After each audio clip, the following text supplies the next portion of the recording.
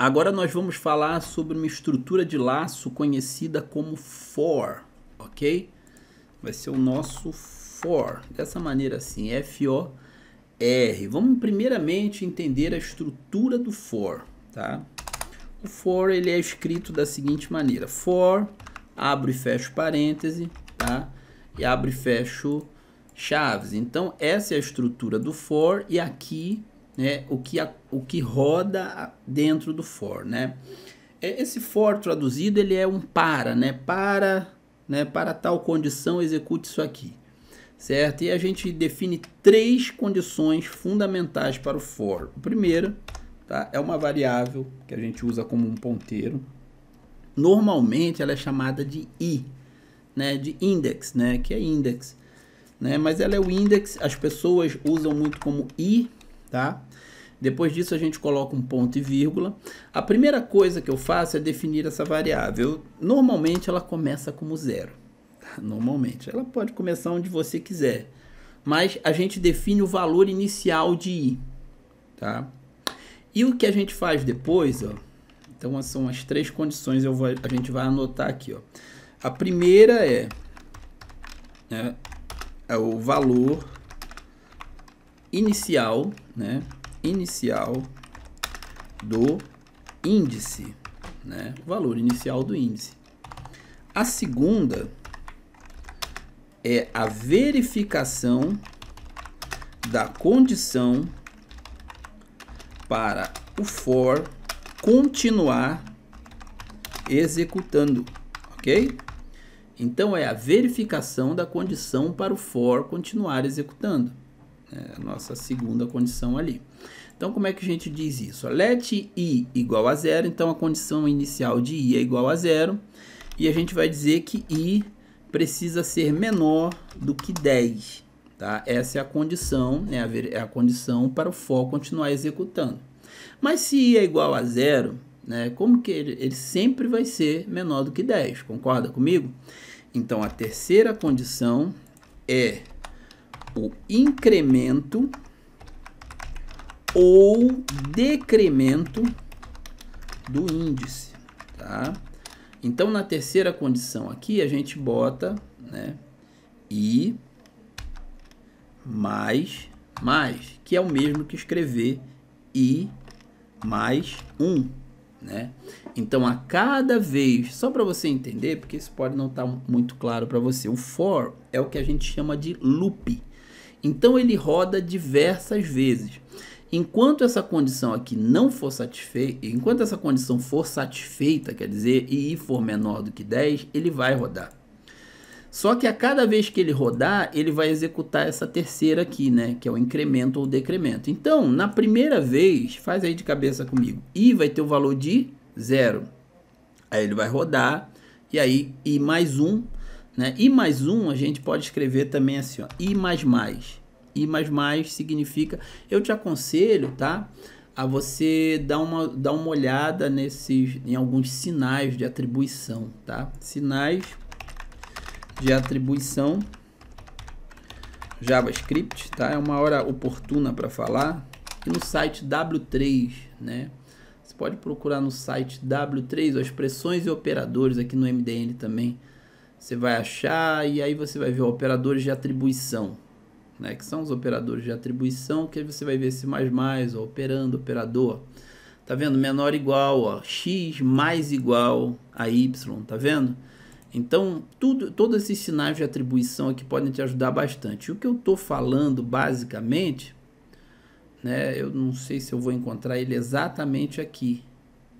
Aqui, ele é um incremento, tá vendo? É o mais que define, né? X é igual a t, então, mais x define, ok, ó, x mais, incremento, decremento, tá vendo? Operador unário, ele adiciona 1 ao seu operando. Então, é basicamente isso aqui que a gente faz ali no for. Então, a gente adiciona 1. Na segunda vez, i vai ter o valor de 1. Ainda é menor do que 10, tá vendo? Ó? Então, ó, então a gente vai operando aqui. Então, só para a gente ver isso aqui acontecer, vamos dar um console.log em i, certo? E aí eu vou colocar assim, ó, i agora é dois pontos, vou fechar aqui, vou botar um mais, né, que é onde a gente consegue concatenar aqui para criar uma expressão, certo? Fechei, clique, fiz o mais, botei aqui uma outra expressão, o nome disso é concatenação, beleza? Vamos dar uma olhada ali, você vai ver que ele vai rodar, ó, i agora é 0, i é 1, você vai ver que ele parou no 9, certo? Porque quando o i virou 10, né, na execução do 9, ele já não era menor do que 10, né? Ele era menor ou igual a 10. Se a gente botasse menor ou igual ali, como eu botei agora, ele iria até o 10. Então o for, a utilização do for é para que a gente tenha um valor pré-estabelecido de execuções de alguma coisa, mas a gente não quer, né, escrever assim, né, dessa maneira. Imagina eu chegar aqui, ó, tá vendo? Ó? Eu teria que fazer isso aqui 10 vezes. Você viu que diferença de praticidade de código, né? E agora é 0, e agora não sei o que, né? Então a gente usa o for quando a gente tem uma visão estabelecida de quantas vezes a gente vai fazer algo, tá? E a gente usa esse índice aqui para pontuar exatamente né, como é que a gente vai trabalhar esses dados. Esse índice, né, lembra que a gente conversou sobre arrays? Ele normalmente é usado para apontar dentro de um array, né, alguma coisa, certo? Por exemplo, vamos criar aqui, ó, vamos dizer que i aqui ele vai só até menor ou igual a 3, né, de 0 a 3. Aí a gente vai colocar assim, né, vamos criar um let array, para você ver que isso aqui também é muito comum. Aí eu vou ter aqui Ana, né, João, Carlos e Fabrício, certo? João, Carlos e Fabrício. Então esse aqui é o índice 0, 1, 2 e 3, certo? Quando a gente rodar aqui, eu não vou ter, ó, for let i igual a 0, né? I vai ser igual a 0, né? E ele não vai até o 3, então ele vai até aqui. Eu tenho pré-estabelecido, eu quero rodar isso tudo aqui, ó. Então eu vou botar assim, olá, né? E aqui eu vou botar o valor de array, né? Que é o meu array ali, no índice i, né? Que vai ser 0, né? Vamos ver isso aqui na prática, como é que isso funciona. Isso aqui é muito comum de você usar em programação, ó. Olá, Ana, olá, João, olá, Carlos e olá, Fabrício, certo? Num cenário mais realista ainda, a gente não botaria aqui, ó, menor ou igual a 3, a gente botaria menor ou igual a array, tá? Ponto length. Esse length significa o tamanho do array. Também aconselho que você pesquise aí em JavaScript, né, alguns métodos de array, tá? Array, JavaScript, tá? Tô usando aqui momentos oportunos para falar com você sobre coisas, ó. E você vai ver que o site do W3 tem muita coisa sobre arrays, ó. Tá vendo? Você vai ver aqui o que são os arrays.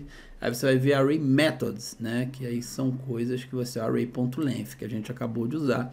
Indica o tamanho do array. Então esse array aqui, ó, ele tem um tamanho de 4. Se você der uma olhada, o fruits.length vai ter o tamanho de 4. É igual aqui.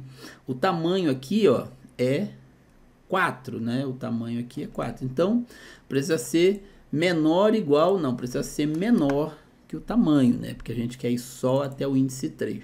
A gente vai ver que vai dar o mesmo resultado, certo? Até o Fabrício aqui, tá? Isso aqui é num cenário mais real. Então, o for, ele tem essa estrutura aqui, tá bom? Usando o for com sabedoria, você pode poupar muita linha de código. Você acabou de perceber isso aí, certo? Então, vamos para a nossa próxima estrutura de código. Deixa eu pensar se tem mais alguma coisa interessante a falar sobre o for. Só é interessante te falar o seguinte, e também exemplificar aqui, ó, você vê que o i, ele foi usado de uma maneira funcional aqui, né? O índice, ele acabou virando o apontador do array. A gente viu que a gente pode apontar para um determinado índice de array, tá? Mas i aqui, ó, por exemplo, poderia começar como 10, né? E enquanto i, né, for maior do que 0, né, por exemplo, que eu falei que dá para fazer decremento. Então vamos ver aqui o decremento, i menos menos, tá? Console.log, vamos botar só aqui i, e aqui a gente, em vez de botar o array, vamos só botar o i aqui. Você vai ver que ele vai fazer o processo inverso. Faltou fechar aqui, tá? Vamos visualizar aqui, ó, você vai ver que ele vai começar como 10, ó, 9, 8, tá vendo? Ele foi até 1. Então ele fez o processo decremental. Então enquanto ele for maior, igual a 0, a gente vai ter também o mesmo processo, a gente inclui o 0 lá no final também, ó, tá vendo? Então a gente tanto incrementa como decrementa, tá? Mas pega essa teoria, nós temos um número previsível, né, de vezes que as coisas vão acontecer quando a gente usa o for, e a gente poupa código usando o for.